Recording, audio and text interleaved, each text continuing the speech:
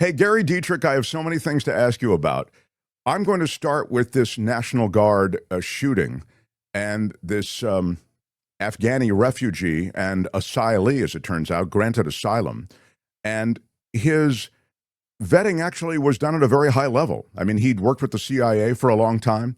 So the narrative that's out there, Christy Nome hitting the circuit this weekend with all the various weekend shows and saying this is a Biden administration problem in that this man was not vetted properly. That appears not to be the case from the standpoint of the fact that he was granted asylum in April, and so presumably some kind of additional vetting went on between the time that he was entering into the country and then also granted asylum. And as I say, he was part of this elite force that worked with the CIA, so he was vetted way more than the average Afghani refugee. Well, Mark, I heard a couple of your comments here before I joined you guys. And, first off, let's just go back to the basics. And that is, how tragic is it that in our nation's capital, two of our own National Guardsmen were gunned down? I mean, that in and of itself, we cannot forget in the midst of all the recriminations and finger pointing that you knew in our political age was inevitably going to happen. Here's the second thing. You can bet that with the finest of fine-tooth combs, everything you're talking about, in other words, the specifics of that vetting process, what happened back in Afghanistan for the vetting. I mean, certainly at the congressional investigation level, that is going to happen big time. I have no doubt about that. And I hope, and I think most people in Washington hope that's going to be of value, both now and going forward, right? The third part of it is, let's be honest about it. You're never going to be perfect. I don't care how much you vet. I mean, they could vet Mark Thompson and Gary Dietrich and still not find out that I actually like shredded wheat. You know what I mean? I mean, there's the point of the matter is, I was thinking about this, Mark, as I was getting ready to join you guys. Sadly, we've had members of the U.S. military that have opened fire, right, on their compadres. And I just think we have to remember these systems are not perfect. I don't care if it was Biden's, Trump, some hybrid of them. These sad things happen. You do your very best to make a system that is as thorough as you possibly can. And this is all going to come out. Who vetted what? When did it happen? The last thing I'll say is this, Mark. There's absolutely no denying at this point that the evacuation from Afghanistan and those who were brought with, those who were allowed to get out, those who unfortunately, as you know, remain and got stuck in Afghanistan. This was a messy, chaotic process that was done very, very short notice and very quickly, as you know. So in some ways, and then of course when some of the Afghanis came to the U.S., there was a certain amount of resentment about that whole process and how many should we let in. And I think it's just been a big mess since that whole Afghani evacuation. Well, this, of course, brings all of that back up. And as I was saying before you joined, I had problems with the way it was done. I loved that we got out of Afghanistan. If you Google the Afghanistan papers, you know that many people, I'm talking about President Obama, who was the great Democratic hope, with sort of an even-handed view of the world, whatever the vision was of Obama, and those who were associated with the Afghanistan situation prior to Obama, they all agreed. And read these Afghanistan papers. There was no end there. There was no gaining any sort of real momentum and traction in terms of bringing the kind of civil liberties to Afghanistan and the Afghani people that would be the American ideal, et cetera. They spoke about the fact that essentially it was just this bottomless pit of money and of humanity that was a loser. And so I think getting out of Afghanistan was a great thing, but the way it was done, yes, had huge problems. So it sounds to me like you're saying, I guess what would and should be said is what you've just said, which is when you have an event like this isn't the kind of thing that you're going to be able to notice and pick up in most vetting processes. This is like when the shooter opens fire in any number of situations in America where you hear the neighbors say, oh, he's a quiet guy, always got along with everybody, I'm really surprised. In other words, there's just, when somebody really steps off the curb mentally like this and uses this moment for all their aggression and hostility, whatever it might be, frustration. There's no really picking that up in a vetting process. But that's not what's said. What's said is this is the Biden administration's fault. Is that just the politics of today? Yeah, sadly, I think that's true, Mark. And that has no value at this. In this, of course, there's absolutely zero value in that. Blaming either side at this point. What needs to happen is two things. What we talked about, what I mentioned previously, which was the vetting process itself needs a thorough going over, right? What can be learned about this, about how that process needs to be improved? And secondly, there have been press reports about the fact that this individual is quote unquote radicalized after they got here to the US. That's going to be another important aspect of this. What kind of context, what kind of outreach is being done by terrorist organizations, by nefarious, nation states to get in touch with people from that part of the world once they get to the US to then begin a recruitment process of them, right? That's something that really hasn't been talked about much. It was referenced right after the shooting about sort of, well, where did he kind of go south or sideways, or as you say, step off the curb? We don't know as much about that as we probably should, and hopefully will in the days and weeks going forward. It's fair to say, though, that if this guy was radicalized, and this is something that Kristi Noem was saying, and I feel as though Kristi Noem was caught in a lot of very specious arguments and, frankly, lies in her conversation with Jonathan Karl. I mean, and here's one of them. If he was radicalized, as she said on these shows here in this country, after he entered this country, after serving the country and alongside CIA officers so nobly in Afghanistan, that would have been picked up in a vetting process. So I think it's fair to say to the Trump administration, again, this is my disposition. I'd like to hear maybe, your perhaps more objective reality. I think it's fair to say, hey, guys, if he was radicalized inside this country, an additional vetting process prior to you granting him asylum under your presidency and your administration would have revealed that. Clearly, you didn't do that. Yeah, well, I think, there's going to be a huge microscope on this. Was there a second vetting process? And it was once he arrived and then was granted asylum. The mechanics of all that is going to be broken down. There might be shared blame from the original vetting back in Afghanistan and the Trump administration vetting. There might be, who knows, blame on one side or the other. No blame. No, we did it all. And this didn't pop up. I mean, that's possible as well. But I certainly think that what is going to happen is the bright light of especially, again, of the House and Senate Intelligence and committees, et cetera, are going to shine on this, because this is going to be seen clearly as absolutely unacceptable to have what was a clear asset and ally of the United States just several years ago turn on American troops. Now to Venezuela and these Venezuelan boats that have been the victims of drone strikes and American airstrikes. They've suggested, the Pentagon has, that these are drug runners. There hasn't been a lot of evidence, but maybe they were. But there's also been, just alongside, I'll mention, there has been statements from those who are like the wives. I've read 2 different wives of fishermen who didn't come back, and they feel they're angry at the U.S. to the point that they want to sue the United States. They want some kind of satisfaction in terms of recognizing that the United States killed their husband. So again, it's sort of against that backdrop that we learned this, that there's this what's called a double tap strike on this boat, where the boat is hit by fire and there are survivors from the initial blast floating helplessly in the water, and that Pete Hegseth had ordered the additional strike to take them out. Can you speak to this? It's really becoming something of a conversation worldwide as a war crime. Yeah.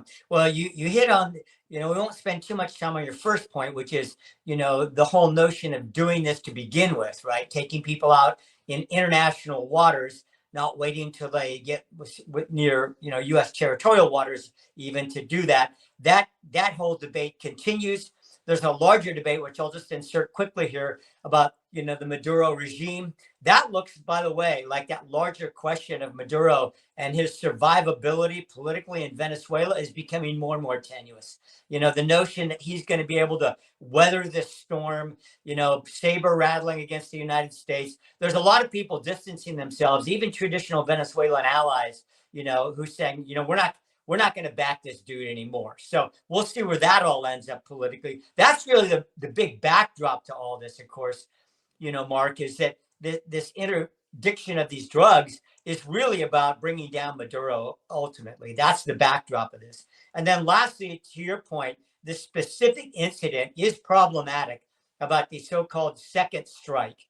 And because for people that are wondering, even in combat scenarios, right, if you have people that say you blew up a tank or whatever, your enemy, right, and we don't know where these guys were at, but people come out, wave the white flag or hands up or whatever.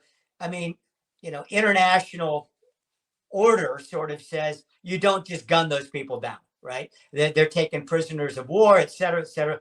That's what this concern is about. If Hegseth ordered this, there's going to be a whole lot. There already are, of course, a whole lot of question marks about it. By the way, not just on the anti-Hegseth, anti-Trump side, but there will definitely be GOP members of Congress that raise this substantially as well. The report out of Washington is that the order came from Hegseth to kill all passengers aboard this boat suspected of ferrying drugs in the Caribbean. And Admiral Mitch Bradley made the order for the second strike, not Defense Secretary Hegseth, is the latest word from the White House spokesperson, Caroline Leavitt. This is the quote: Admiral Bradley worked well within his authority and the law, directing the engagement to ensure the boat was destroyed and the threat to the United States of America was eliminated. Well, the threat to the United States of America, I think, may be more than just a little reach. She said also the strike was, quote, conducted in self-defense to protect Americans and vital United States interests, and that President Donald Trump has a right to take them out if they are threatening the United States of America. I'd suggest her rhetoric gets a little ahead of the reality on the ground or on the seas, right? Well, yeah, and that's right, Mark. And I mean, she's of course running a lot of political cover. The reality of this, from a factual point of view, is, again, what information was given? If the admiral is the one who made the call, what information was he given? For example, was the boat just damaged, but it wasn't destroyed, and his orders were to destroy it? I mean, we don't have a lot of the specific facts about this, and I certainly would not want to see an admiral or a military get hung out to dry over politics, right? I mean, we need to know what the facts are. That will certainly be investigated, and the military itself will do a thorough investigation, step by step, second by second. What was the hit? What and now we have such spectacular ability to monitor these things, from satellites, from everything else, that I'm sure they'll be able to see, was the boat only partially damaged, so the order was given to go ahead and destroy it, and that's how they died. I mean, there's all kinds of conflicting reports. Some are that just these individuals were out in the water, not, the boat didn't exist anymore. We're going to find out for sure. I think it worth noting that Pete Hegseth, the Secretary of Defense, who in my judgment shouldn't be allowed on a tour of the Pentagon, much less running the Pentagon, put this out over the weekend. It's a cartoon. This is from the Department of Defense's head guy, Pete Hegseth. It's a cartoon of like a mutant ninja turtle, for those who are just listening and not watching, standing on the strut of a, American helicopter, presumably, firing at narco-terrorists below. It says Franklin targets narco-terrorists. It's a cartoon with this, Franklin shooting these, what are they, RPGs or whatever, down at the at the boats below. It's astounding to me. This is from the Department of Defense head. He posted this. Thoughts? Well, I think how do I say this? I mean, the cartoonization. Can I make up a word? The there's no place for that stuff at this level of politics, number one. And secondly, when it comes to life and death matters, this has become, sadly, Mark, and I really hope it's very, very short lived. This sort of, cartoonish characterization of politics and of serious issues. And it's not just, sadly, it really was, most people attribute it kind of originated by the Trump team, but it's now been widely adopted, as you know, sadly, in other circles. Gavin Newsom's communication shop has gotten into some of this kind of stuff. I just think it's demeaning politically. I think it's demeaning to people personally and professionally. And it's certainly below our highest levels of leadership in our country and our states.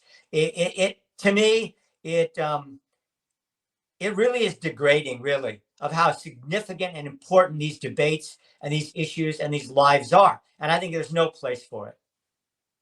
I just think of someone like yourself who has dealt at the highest levels with conversations around politics and around policy and around government. And to see it reduced to trolling about, as you suggest, this chaotic, aggressive taking of lives, it's and I'd suggest kind of in service of something else, which is a Venezuela, a teetering Venezuela government being a part of a regime change that clearly the Trump administration wants. But again, that's sort of thinking in the a few moves ahead. But just the trolling in this way, it so destroys any kind of elevated notion of policy, of strategy, of the delicate balance that has to be weighed in so much of this decision making. The last thing I wanted to get your thought on is associated with, well, it's the second to last thing, actually. The flights that were, Tony, do you have that? The flight, this is on Meet the Press, the flights that were containing at the time all of these deportees and detainees, and the back and forth now, the judge has called Noam's policy, and Noam personally, I think, on some level in this judgment, a contempt of court allegation, essentially, in directly contramanding or what's the word, going against the judge's order, which is to bring the planes back. I don't care where they are; they should be back. Run a little bit of her on Meet the Press on this. Filing in federal court this week, the Justice Department said that when the administration was ordered back in March to stop sending detained migrants to a mega prison in El Salvador, you personally made the final call to continue the flights anyway. Is that correct? Do you acknowledge that? We have court filings going on and decisions that are going forward. I'll let them continue to play through that process. But did you make that I'm call? proud of President Trump and his leadership and the decisions that we have made. And the decisions that are made on deportations, where flights go and when they go, are my decision at the Department of Homeland Security. And we will continue to do the right thing and ensure that dangerous criminals are removed. So that you're saying that it was your decision. It sounds like the judge wanted to ensure that people were given due process. He said very clearly, quote, any plane containing these folks that is going to take off or is in the air needs to be returned to the United States. But those people need to be returned to the United States. However that's accomplished, I leave to you. But this is something that you need to make sure is complied with immediately. Did you defy the court's order, Madam Secretary? No, Kristen, and that's one of the things that we continue to face across this country is activist judges who are using radical decisions that have no standing and no grounds to try to stop what President Trump is doing to protect America and to keep us safe. So we'll continue to do the right thing, continue to work and protect Americans, no matter what radical judge comes out and tries to stop us. We'll do so it's the radical judges, Gary, that are doing this, and so it sounds as though the radical judgments are not those that Kristi Noem, anyway, and this administration feels necessarily. And Emile Beauvais basically said that. F the judge's decision. He was being considered for a federal judgeship. Indeed, you know the story on that. So give me a thought on this. Yeah, Mark, I think we've talked about this a couple times and a little bit, seems like in the way back, although it's probably just in the last few months. But, the challenge right now with the American judiciary and its relationship to the executive branch and frankly, even the legislative branches of our government is becoming really problematic. And it really centers around, as you know, individual judges issuing rulings that have national standing, and that is something that's really being tested. The appeals courts, as you know, are overturning many of these at various points. The Supreme Court is calling some of this into question. And so, no one was clearly stuck right there. I mean, she said, I'm the one who ultimately makes the call. But then when asked, did you the specifics about that flight, she said no. So, she's kind of stuck between a rock and a hard place on this thing. There's no question about it. Who actually made the call? Go ahead with the flights, right? I mean, she at one point said yes, but then at one point said no. But the larger issue is really the issuing of individual rulings, because as you know, Mark, the biggest challenge in this politically is that these judges that are appointed, right? They don't, many of them don't necessarily need Senate confirmation, but they are appointed, and it could be from Republican or Democrat. And so the question, in Washington has really been growing and growing. Do you want Republican or Democratic judges making a universal ruling, one that applies, to even in this case, national security policies, et cetera? And how is that going to take place? That is a big problem, and that problem has not yet been solved. Well, I mean, you're right to point to. I mean, Republican judges along these lines, they blocked the distribution of mifepristone. I mean, we remember that entire thing. So it does. It does create problems on both sides. But I'm going to table what I had for you for next week, because it was really related to polling, and we'll have even more polling by the time I see you next week. Right. Thank you for letting me pack a bunch of stuff in here, and I've left a lot of stuff on the back burner for us to get to. Thank you, Gary. Always appreciate you being here. And likewise, buddy, and have a great show. Gary Dietrich, everybody. Yeah. And Gary Dietrich is brought to us by the people at Remax Gold, specifically Bill Campbell. All our Northern California viewers and listeners, if you need a highly respected real estate professional, you're relocating into or from Northern California, check out Bill Campbell Remax Gold. You can call or text him, 530-448-7474. 530-448-7474. Bill Campbell Remax Gold. Right on. The Mark Thompson Show. Hi, it's Mark, and I thought that was great. Hit the notification bell. You'll know whenever there's a new video being dropped, and please subscribe to our channel to help us save the universe.